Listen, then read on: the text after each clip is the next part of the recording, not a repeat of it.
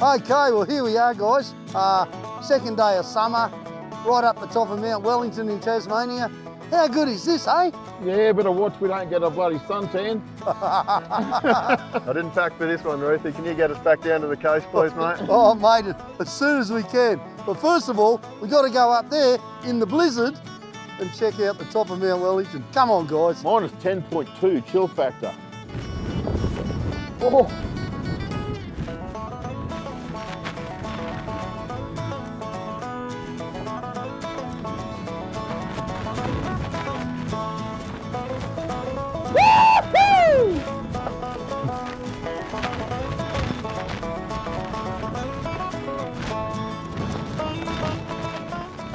Oh, this is great. Talk about refreshing. Let's go to the pub for a nice hot one. Oh, there you go. Tasmania has turned it on again. Right, well let's go see if we can find a sunny beach with some bikini girls.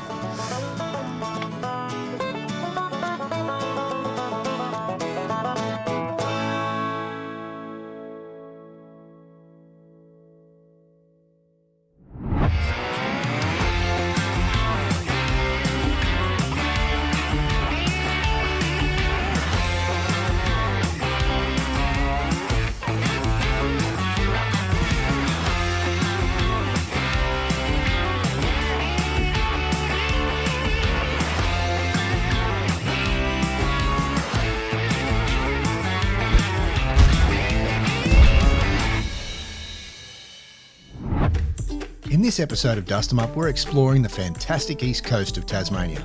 We start at Mount Wellington near Hobart and go all the way up to Bridport in the northeast. Grab a drink, sit back and enjoy. This one's an absolute cracker.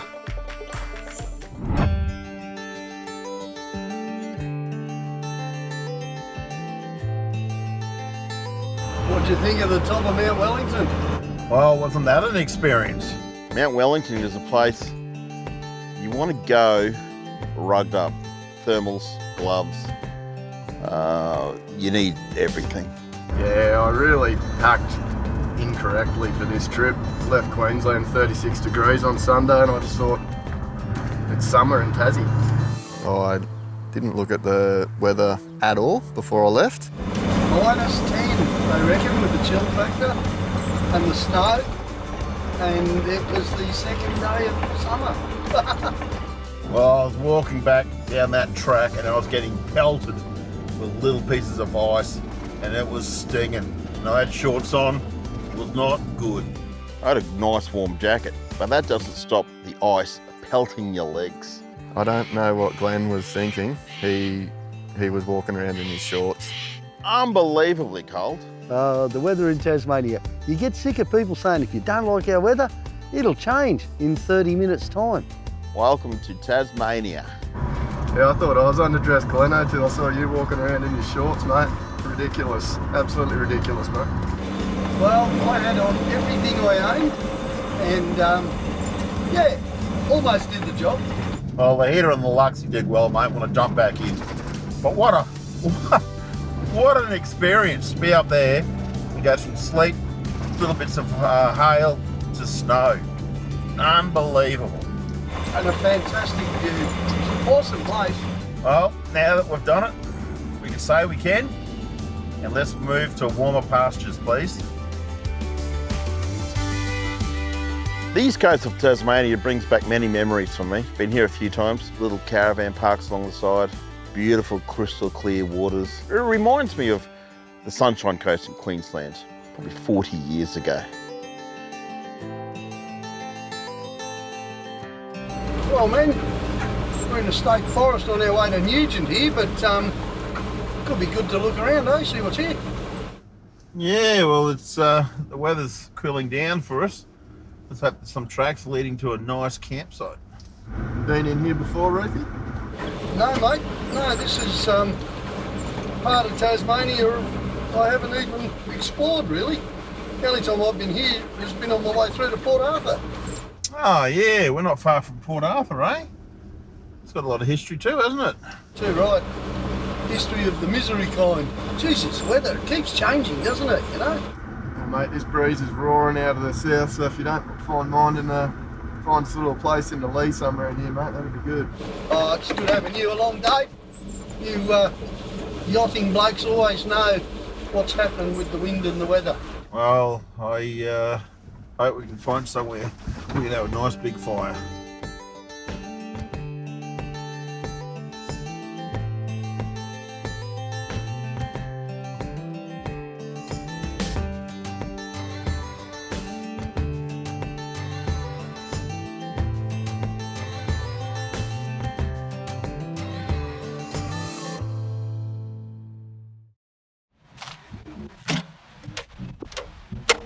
Oh. First time I've had locking doors in 30 years, and I've locked them, and guess where the keys are? I didn't even leave the flaps open, and the side windows are shut too. This is not good. How funny is that? First time ever having locked on his car, and he locked the keys in it. Oh, I locked both doors. Yeah, Roothy locked himself out of his car. He hasn't had any locks on Milos for the last 15 years. It's probably more like 50 years without locks. I've never been good on locks.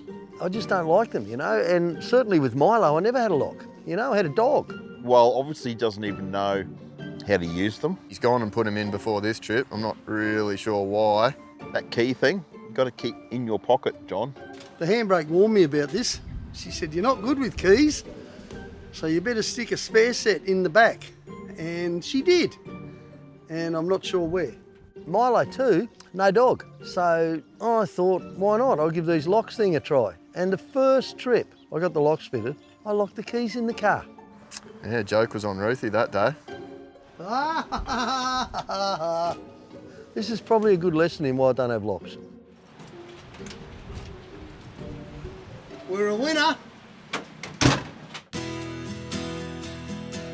Oh, that was a beautiful little camp last night, just off the road, but lovely and sheltered and private, eh guys? Yeah, got us away from the wind. Ideal location for a nice campfire. Awesome spot, and I definitely didn't think within 5 minutes of driving we're going to be looking at that blue ocean again. Isn't it amazing, eh? Country around here is just so beautiful. Oh, I can't wait to explore down this coastline today. You know, I've never wanted to really have the inkling to be a farmer, but driving along here with these sheep, a lot of these properties go right onto the beach. Now that's my kind of farming. Yeah, it's not a bad view from the tractor, is it? Awesome. Lamb cutlet with a scallop on the side, thanks boys. Tasmania is just massive on contrast. It's like someone grabbed the contrast button, turned it up to full swing. Once upon a time, in the east coast of Australia, there used to be farms running down to the sea all over the place. And then tourists started moving in and people built holiday homes and the sea changers moved out of the town and everything else. But down here on the east coast of Tassie, you can go down a dirt track right next to the beach, look at an old farm, watch the sheep hanging out in a paddock. That's probably the best real estate on earth. I probably have to agree. Just when we came down out of that state forest and hit that particular part of the east coast where there's some absolute magical looking little sheep farms, we were all just sort of dumbfounded that how is a sheep farm backing onto the most magical beach, or one of the most magical beaches that there probably is in Australia. You're just in Tasmania and it's just the way it is. Absolutely amazing. Hey Ruthie, I've been sitting down the back here not asking too many questions, mate, but I've got one for you, and it's, where exactly are you taking us here, mate? We're going to the Swanson Track. I've never done it, but it's supposedly in the top 12 tracks in Tasmania. You ever done it, Gleno? No, I don't believe I have, but if it makes the top 12, is it scenery or driver skill? Righto, mate. Good answer. I'll keep tagging along, and I'll just hang down the back here. If I need a yank, I'll give you a yell. This is it, guys, the Swanson Track. I've had to select 4 drive already. I've got a feeling this is going to be a very cool track. You're not mucking around here, mate. I'm thinking about putting her in low range. I am in low range right from the start. I might do that. Bit ambitious there, Dave, eh? Low range is in, boys. I'm coming back for you. Roger that. Yeah, the Swanson Track was awesome. Funnily enough, I appreciated the Swanson Track as it was, as a a nice four-wheel drive, low-range track. But I must say, coming into the Swanson Track from the south, we sort of went through what seemed to me like some quite big cattle and sheep farms. And I'll tell you what, that valleys that were winding into the actual Swanson Track were probably the thing that was most appealing to me. Yeah, well, sometimes you head into these tracks, and the Swanson one, well, that was an eye-opener. It sort of started straight, a few bumps, a few puddles. We could see on the map there was some switchbacks. We didn't know, with the van on the back, whether they were going to be too much. A little bit of a right down here, mate. The left-hand wheel of your zone's going to probably go into. Copy, left and right.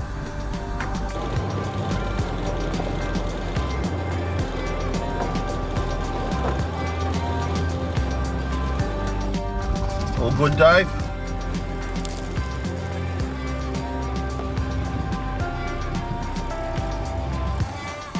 All good.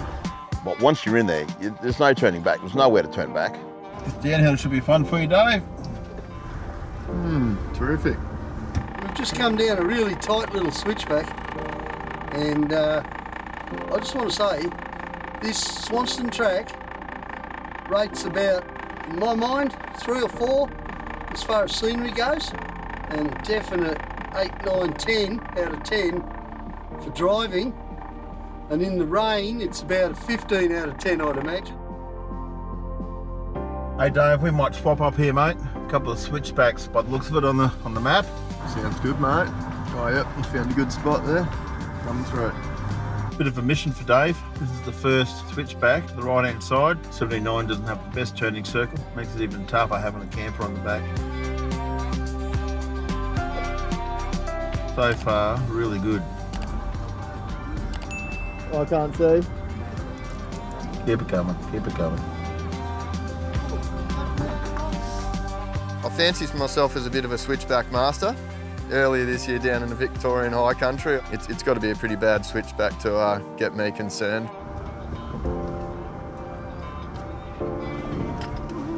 That's it, Dave, that's the way. Yeah, that's great. Behind you, mate, you're right.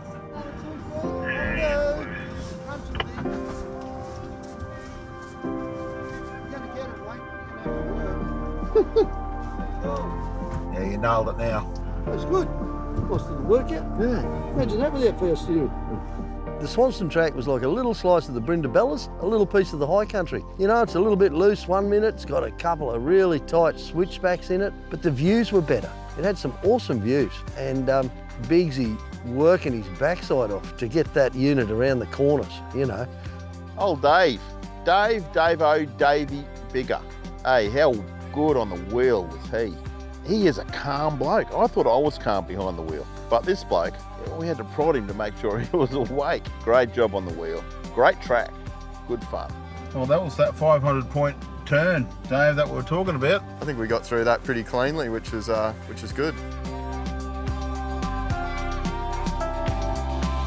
I reckon we'll find something here in this forest when it levels out, hey guys? It looks like it's out of the weather too. Always ratting around up in the bush at your campsites that you go looking for, mate. I hope this one works out for you. Mate, I've been doing this since I was a kid. Ratting around in the bush for a campsite. Love it. Oh, how good was today, eh? Swanson Track. It was pretty full on, wasn't it? It really was, eh? What about the angles of this bloke got? Oh, I'll tell you what, Dave had that van cocked up. I thought it was going to fall over. I really did. And you touched your rock screen a few times. I don't know what you blokes are talking about. I was sitting in the car, someone was telling me to put my left hand down and my right hand down and my foot on the accelerator and my foot on the brake. You did all three at once. I just did what I was told. Well, yeah, okay. Well, you did it with feeling. That's all I can say, because you nudged it around that corner. That was unbelievable. Nah, I had a little bit of a pucker on here and then, thanks for it. One section there, the van's like that, the car's like that. That was pretty impressive, mate. And like the country before was awesome, wasn't it? It was just insane. Mate, I don't know what you're talking about. If you can go for a 8-hour tour that we did today, Yeah. and we went from blue turquoise water Yeah. that we're sitting on the side of a white beach that could have been the Whitsundays. The next minute we're crossing over through crystal clear creeks and we're sitting on the top of a mountain right now in the state forest. We've pretty well covered off all the territories. We have, haven't we? We've had every sort of weather. It's just been insane. As far as I'm concerned, Swanson Track supposed to be in the top 12. I think it might have got a bit of a lift today because we just had the perfect day. Nah, it was nice and really challenging track, and I mean, going through there the trail is definitely challenging, but I think it was just been really nice drive with going through there in the four-wheel drive. That's the thing about four-wheel driving, you're always being challenged. You know, there's always something around the next corner that's a little trickier than the last one, and you know, different technique. You got to think all the time. There's no such thing as a set technique. You just or if gotta... you're not quite sure, just listen to your mates and they'll tell you exactly what to do. They're the experts, right? And here we are sitting in a force 9 gale on top of a hill somewhere with a fire going, a roast beef about to plop, Whiskey. whiskey, happy. Cheers, boys. man. Well done. Tassie. Beautiful. Tassie. Yep.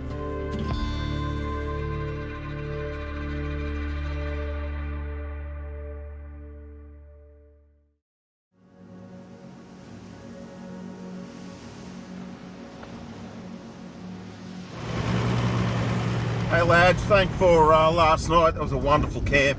Good chat around the campfire and everything. Appreciate it. That was a golden little spot, Roothy. It worked out for you again, mate. We followed you out into the state forest and you found a nice little corner, mate. Nobody to be seen, and a beautiful roast was cooked over the fire. Yeah, that was a nice camp, wasn't it? All right, guys, well, let's just head on out of here and head on up the coast, see what else we can find. Give it a. Let's do it. So this is the four-wheel drive track out to Bluestone Bay, guys. Mate, I can't wait. I know what the ocean looks like around here, so I really hope we get up on the top of the hill and get a good glance out there. Yeah, these sorts of tracks near the ocean I love. And I reckon you're right, Dave. I reckon we're going to pop a couple of beautiful views from somewhere up here. I can smell it. Bluestone Bay in Freycinet National Park. Got to see it to believe it, guys. Unbelievable. We came down there. The track was nice and easy to get down. I've been to Freycinet a few times. Never actually been to that bay. I've only got as far as the tavern, which I guess says something about my lifestyle. But this time we took that track in, which was fairly easy. You know, had a few erosion gullies, that was about it. And it's just bobbing along through the bush and you're thinking, oh yeah, you know, this is nice. And then bang, all of a sudden, you're in turquoise heaven. Just this magnificent raw bay, big rocks, little rocks. You could see the way the bay had been shaped by years and years of storms, you know. The rocks were almost graded from massive to really big to kind of big to big pebbles in the middle part. It was kind of like nature's bowling alley. We spent a couple of good hours down there just taking it in. I'm sure years ago you were able to camp there. Obviously it's no camping down there now, but you know, spot to really come down and discover.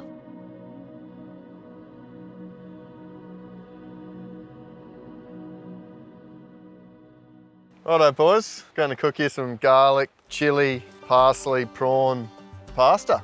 The biggest disappointment about this whole cooking thing, we've been driving along the east coast of Tasmania for 3 days now, looking for fresh seafood to make a seafood pasta.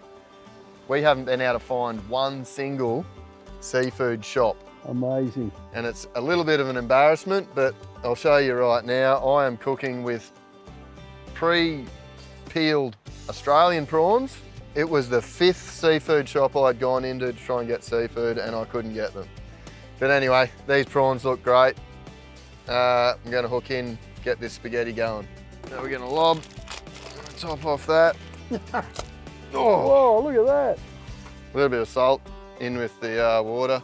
Righto, so my little trick for chilli, straight down the middle, empty the seeds out, leave a couple in there to add a little bit more spice. Slice them down into little shoestrings. And the garlic. Garlic, yeah. Lob them down. Alrighty, we got the spaghettis all cooked. So how we're going to do this is we're going to use half the garlic, half the parsley, half the chilli in with the prawns. And we're going to mix the other half of it through all the spaghetti. We're going to bring them all together. Righto boys, so the last move here is I've just got to throw the spaghetti in with all that mix and mix it all together and plate her up. And plate it up. Oh. Give me a go. I'm going to go prawn first. That is so seafoody, it's insane. Davey, Bigsy Biggers seafood pasta. Magnificent. I do love my food, I like all food, but there's some recipes out there that just stick.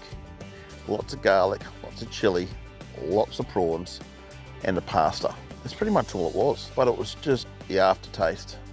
Magnificent. Dave's got a role as cooking food on this trip.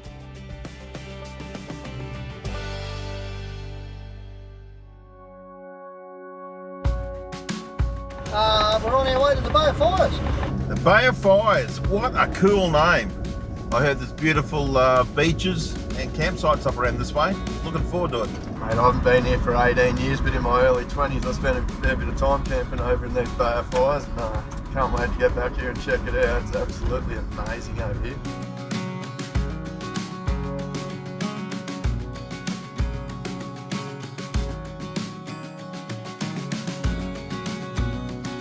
A magical drive up the east coast, through St Helens to the Bay of Fires. Now the Bay of Fires is just bays of beaches. And there's a red tinge to the rocks there, and I get that's how they got their name. When the sun's setting and the red really glows, it looks like they're on fire. I'm guessing that's why it's called the Bay of Fires. Magnificent, you know. Once again, seen it before, but in Tasmania, you can say that and it's different every time you go there because the weather's different. Blowing like anything else. I reckon we had 80-kilometre-hour winds. Absolutely, I don't know how we stood on our feet. This place just keeps giving.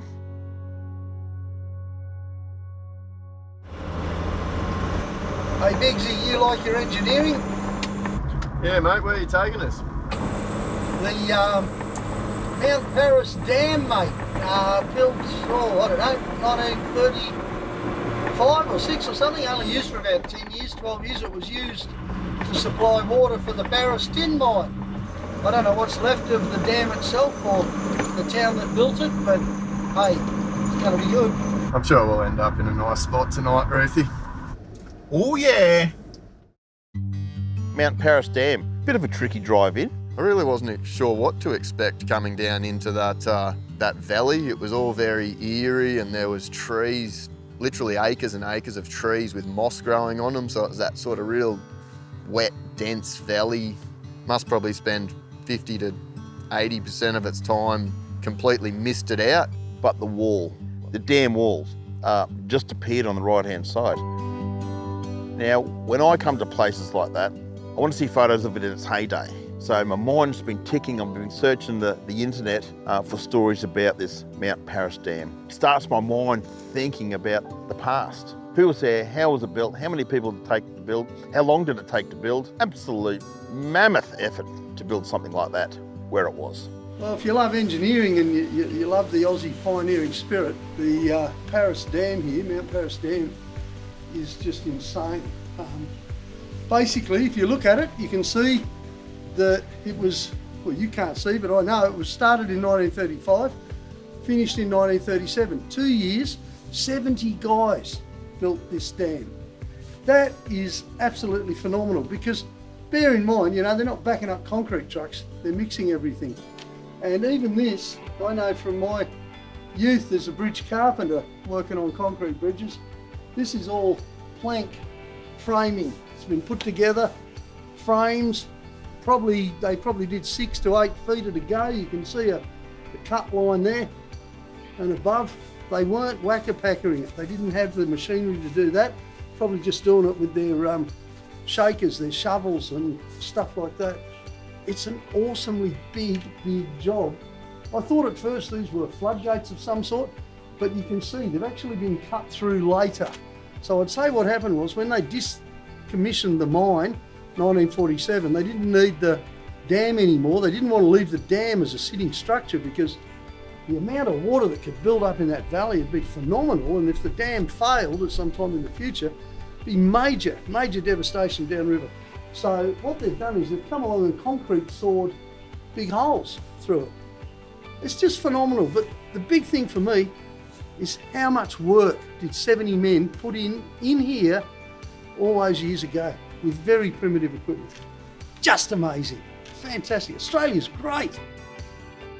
To etch on down there, I'd seen it in the background of a few photos that people had sent me over the years. And the thing about photos is they don't give you any idea of the scale of the building involved. So when we got down to the bottom of the track and I saw a little bit of a concrete wall on one side, and I thought, yeah, that looks like a mining sluice dam. And then we kept going and it got bigger and it got bigger and it was massive. And I guess the thing for me always with these infrastructure projects from so long ago is how guys managed to build something like that in the middle of nowhere in the 1930s. I mean, that's wheelbarrow and crowbar work, and it's just insane. And they did it in Tasmania, so they probably had like a windstorm and a rainstorm and a snowstorm and half an hour of sunshine. You just don't know.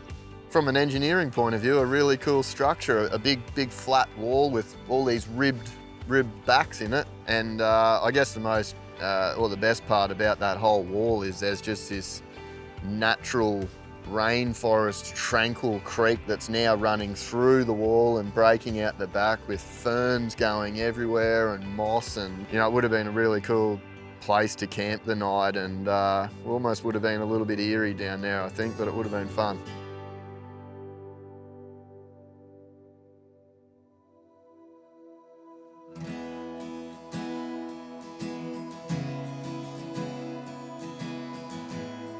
Hey Gleno, you seen the colour of this lake? Why is it like that? Mate, I have no idea, but it's pretty green, isn't it? Green. Green? It's blue, mate. It's blue. Well, it could be bluey green. It's like, Nah, it's blue. it's like 1960s Holden colour. I am colourblind though. Gleno's colour. Well, it's not actually a lake. Well, it is a lake, as in it's a body of water, but it's an old open cut tin mine. And because of the way you process tin and the way it's dug and everything else, that is totally mineral loaded water. So there's all sorts of stuff in there, but it's amazing, isn't it? It's just one more relic of primary production here in Tasmania. Difference being that this one's pretty. Little Blue Lake. We pulled into the car park, you can't see it from there. You walk about 20, 30 metres and OMG. Now, I say it's green. The other guy said it's blue. I am colourblind, but I think I'm actually getting better with my colours these days. I think the thing about Little Blue Lake is it's just like someone set off some Indian jewellery in the middle of the bush and just left it there. I mean, it's the most amazing colour, you know. I mean, it's just an open cup full of water, but the colour is incredible. I've seen similar stuff in a few other places, up near Clontarf in Queensland, where they've left old uranium mines of all things out in the water, you know. Makes you wonder what's in there, three-eyed fish and, you know, five-legged toads. But at the end of the day, you got this thing that's right next to the highway that's a bit of a local hotspot, but you could go down that road and miss it completely. Never realised there wasn't anything except green and brown. Interesting fact, gentlemen. Winds westerly 25 to 40 kilometres an hour, becoming light in the late evening. Oh, beautiful. I'll go and set up on the beach then. Good to hear. Hey, it's been a big day today, hey guys? Absolutely, just rolling out of the hills again from starting down at the Bay of Fires this morning. Just Tassie throwing everything at us again. Beach, bush, lakes, beach. Love it. But there's wind. Time to go find somewhere nice to camp, I reckon. Let's find a nice one out of the wind.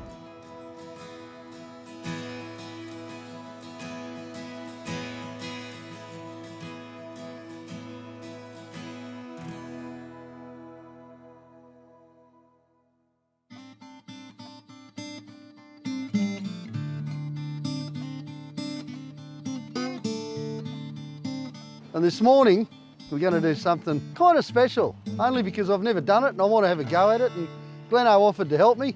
As you know, he's the expert on the poached eggs. So he's gunning up some beautiful poached eggs. And I'm going to try and make a bush Benedict sauce. It's going to be interesting, Dave. All right. Now, I've never done this before, so here's hoping. Got to melt some butter, quite a lot of butter, because there's quite a few of us. I'm going to do that in a cup, in some water, inside the pot. And it seems to be working already. You don't want to burn it, you know, you just want to melt it. And then we need some lemon juice. So I'm going to use fresh lemon juice. Righto, so the butter's melting. Oh, look at that for an egg. Wow, that is insane. I wanted to get fresh smoked salmon from somewhere, but you know, the ongoing issue of trying to buy something in Tasmania that's already been shipped overseas. But we do have some that we picked up from the IGA, so that'll be just nice. You got more of those eggs? Yeah, mate. Oh, beautiful, mate. Alrighty, so I'm gonna put this melted butter, put it over there, tip the water out. Now, Benedict sauce is made with egg yolk. This is one of the fun bits of cooking, I reckon, playing with eggs. Look at that. It's the kind of job you get the kids to do, you know? Kids are never worried about getting a bit dirty, are they? About Messing playing, up the kitchen. And... messing up the kitchen. Righto, this is called whisking. Put some lemon juice in. That's the juice from one lemon. You like soft eggs. Oh, Poached eggs. oh yeah. Couple on the harder side for me, thanks, Gleno. You like them hard? Yep. Okay, so that's just a snifter of black pepper and a snifter of salt. Gonna give this just a little bit of heat. And then in goes the butter. Righto, now, here's the only thing we're gonna do that's probably a little bit different to a conventional Benedict, and that is we're going to add a little bit of horseradish cream. A little bit of horseradish, back to the whisking, a little bit more butter. This is amazing, isn't it, you know? Here we are, well and truly out in the bush. And we're having a gourmet cafe breakfast. Really getting there. I'm gonna taste this now. Oh. Something that most people don't know is, you know, I've spent probably half my life off in the bush on trips, things like that. When I get home, I think it's fair to treat the handbrake. So for years, what I've been doing is going home and doing something that's totally out of character for me, you know? I take it for a walk down to the waterfront. That's out of character. I don't like walking. But I take her to a lovely little cafe and we always order something nice off the menu. She nearly always gets poached eggs Benedict with some lettuce and some mushrooms and some pretty little stuff on the side. And the girls love that kind of stuff. And it just occurred to me, why not have a crack at doing something like that out in the bush and see the boys handle it? And you know what happened? The boys love that kind of stuff too. Good call on the horseradish, mate. The horseradish, that's Horseradish. the Nice, isn't it? Yeah, the old John's Bush Benedict. Egg St. John, I called it. But, you know, I had the pleasure of doing the poached eggs. It's a style of cooking eggs that I had learnt on an earlier episode, so it's quite regular in my household now. But that sauce, John gets his sauces right all the time. I always call it lamb with 1,000 sauces or eggs with 1,000 sauces. The taste just sends your mind bonkers. Oh, Jono's eggs Benedict, I reckon he had a bit of a blinder there. I wasn't quite sure where he was heading with the horseradish, but I do love a bit of horseradish. So he added that drop of horseradish in the hollandaise sauce and spot on. Hasn't Gleno nailed the egg poaching game? I mean, fair dinkum, yeah, he was turning them out like goat scrotums. They were just perfect. He did brilliant. Fortunately, they didn't taste like that. Not that I would know what that tastes like, but I'm sure Gleno could tell me.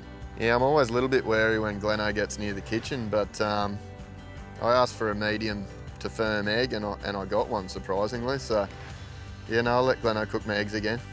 I honestly think the eggs Benedict I cooked for the first time ever out in the bush tasted better than anything I've ever had in a cafe. And I think the difference was that I didn't know what I was doing and I added a little bit of horseradish, but the big difference was where we were and who we were with. Mates, in the bush, fresh air, right next to the ocean. Doesn't get better than that.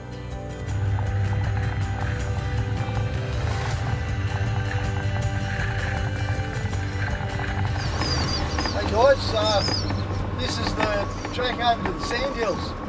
So we should be able to do the Bridport to Bellingham run around the coast. We'll see how we go. Yeah, nice one, mate. What was it you were talking about with that sandblasting going on over here? I don't know about getting this nice 79 sandblasted. Yeah, okay.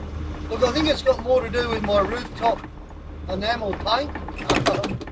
But I brought Milo through here in a similar wind, and because the sandhills are loose and flighty and right out there on the nose,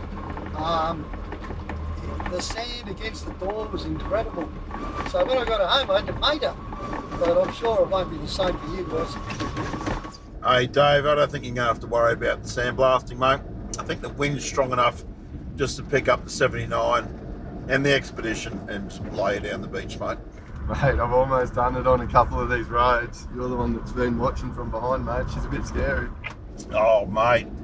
I reckon I'm estimating 80 to 100 kilometre-hour winds, and that Expedition was sideways. It's not helping Milo much, I tell you, with the aerodynamics. Yeah, I'll break. We better get ready to do a bit of sand recovery work with you, Dave, I think, because there's a few soft blows we've got to get across. Copy that. We'll air down at some point soon, eh?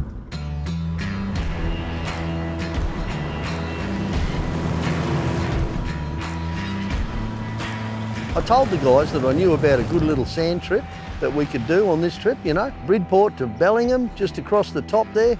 Righto, men, let's go punch some sand on Double Sandy Point.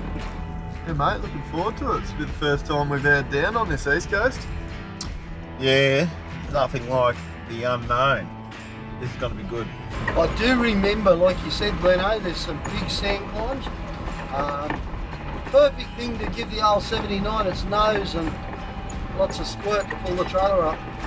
Looking forward to that. This is going to test us, particularly you, Dave. Ah, well, thanks for being on either side of me here, boys. We lowered our tyres, we hit the beach, the old Luxie. What a mighty beast on the beach. It feels so in control, it's got great ground clearance, it's nice and light, in love with that beast. We might change the order, eh, Gleno? Put you in front because you got snatch capability and I'll go behind because I've got winch. Sounds the game, mate. Looks like the tide's out. We might get a nice little run along here before we hit the dunes. The initial part to the track's this bit of a tight little hilly wind up through the sand dunes, and I got done there, but I don't know what was going on. I'm going to blame the tyre gauge. I had a bit of a shocker reading the tyre gauge and I didn't really get down to the correct pressures, but old Roothy called me out on that one and came and checked my tyre pressures, and yeah, as it was, I was somehow reading 5 psi above where I wanted to be.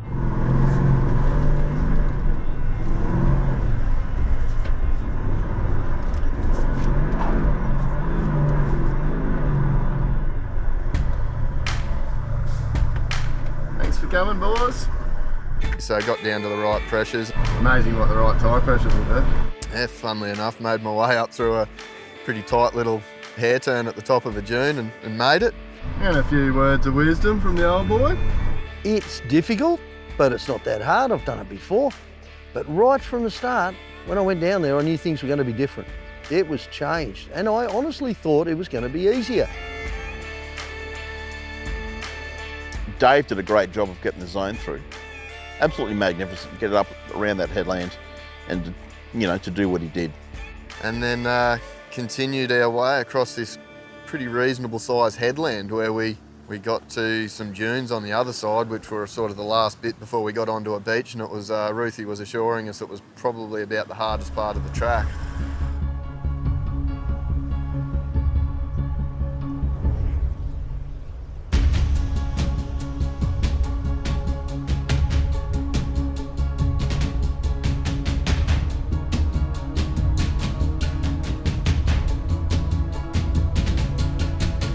Look, you know what's happened here? Even the locals have been saying it. We've had 2 weeks of absolute insane winds, and they've been nailing the side of this sandhill, because this is the one right on the edge of the point. It's built up just a mountain of really soft sand, and because I need a bit of pace, I'm not willing to go under 8 psi, but I'm going to go to 8 psi, see what happens. That'll do us. Perfect. When you see Roothy drop his tyre pressure at 8 psi, you know he's getting serious.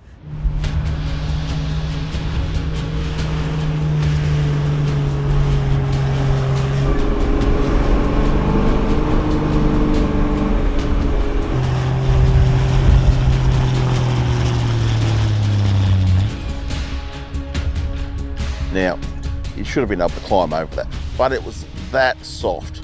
Anyway, he's driving up there and he's hit, because the wind was blowing, you couldn't see the track exactly, and he's gone over the edge.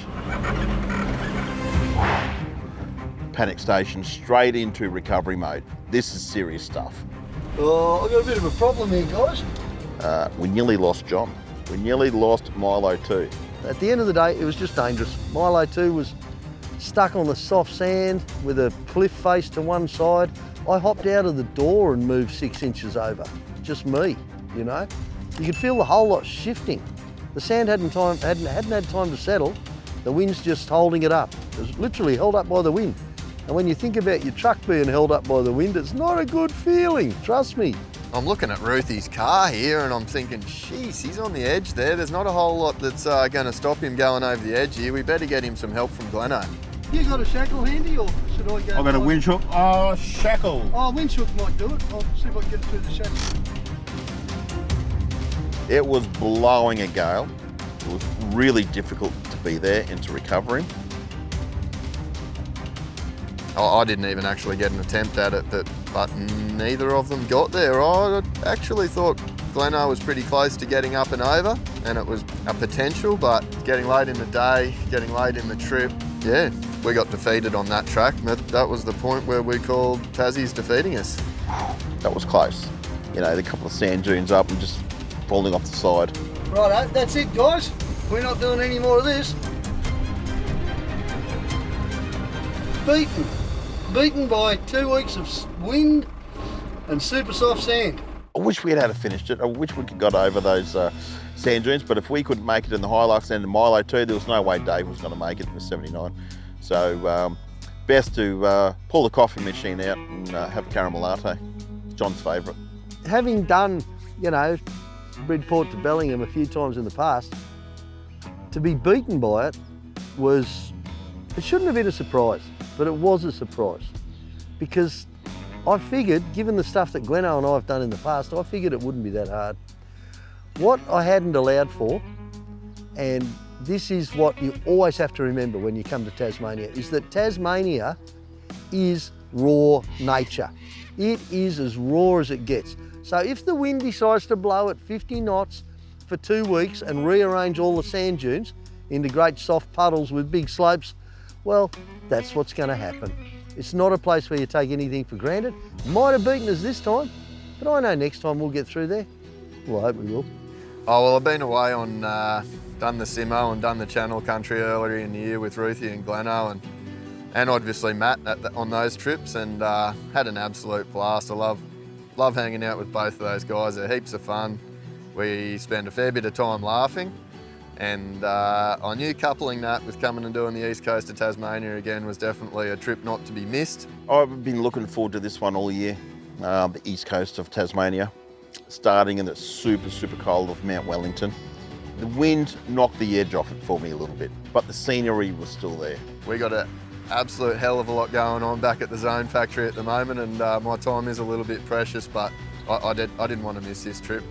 Matt got the opportunity to go and do the west coast. I had the opportunity to come and do the east coast, and I'm glad I made the time to come down here, because it's an absolute treat to come and test our gear, and it's an absolute treat to hang out with Gleno and Roothy for a week and go four-wheel driving. Dave Bigger. Dave's like the mad scientist. Nothing phases Dave. He's cool, calm, collective, very intelligent, but wealth of knowledge, and just a great guy to travel with. I really enjoyed Dave Bigger's company. But when I heard Dave was coming on this trip, I thought beauty, because Dave's a professional sailor, and that's something that's always fascinated me. It's not something I can do. I can kind of roughly do it in the bush. I can't say that I can read the stars and the storms and the flights of the birds and the sea swells and all the things that a navigator can do. And every time I'm with Dave, I learn something. And the nice part about it is that he always says he's learning something from me too. So if you travel with someone and you're learning, you're moving forward. That's all there is to it. Do you know what, guys? We might do this for a job, but apart from the fact that it's a glorious office, how good is it when the old team spirit pulls together like that back there? I really appreciated that. Thanks, guys. I really did. It was a bit on the edge, wasn't it? A bit of a cliffhanging finish. A bit of a cliffhanger, yeah, too right. No, I really appreciate your help, John. Always an extra little bit of education along the way helps, mate. Yeah, it's nothing like watching someone older than you bores it right up. And chuck his truck over the side and then you go, hey, I probably won't do that. No, it worked really well, guys. And you know, I mean, Tassie's just been fantastic for us. Today's been no exception. It's just an incredible place. But I've got to say, 2 weeks of wind, 2 weeks of howling, what do you reckon, 40 knot wind? Easy. Yeah, I could live without that.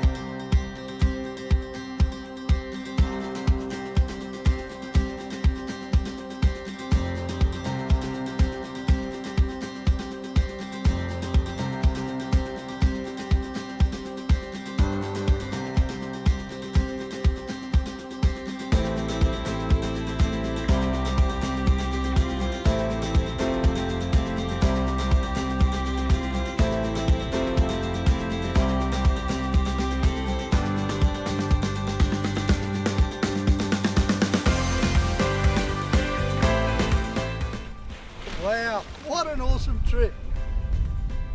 What's the word? Give it to me again, Cox. Hey guys, if you'd like to know what it's like behind the scenes on a DustemUp trip, there's only one way. You've got to be a subscriber and you've got to be a f***ing idiot for forgetting the words. What was the next lot? Hey guys, have you subscribed to DustemUp.tv yet? Hey guys, have you subscribed to DustemUp yet? Well, you better jump on if you want to be part of the dishwashing crew. Let's get cracking.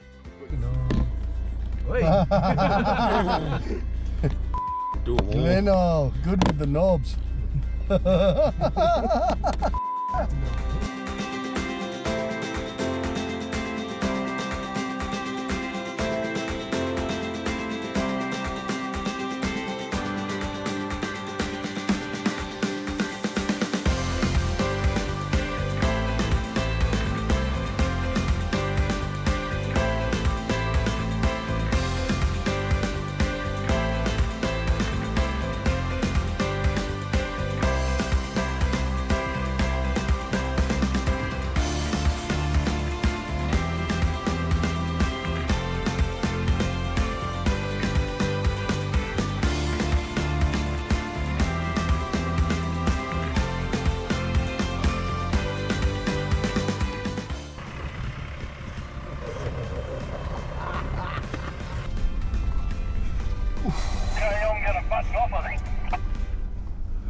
Copy that.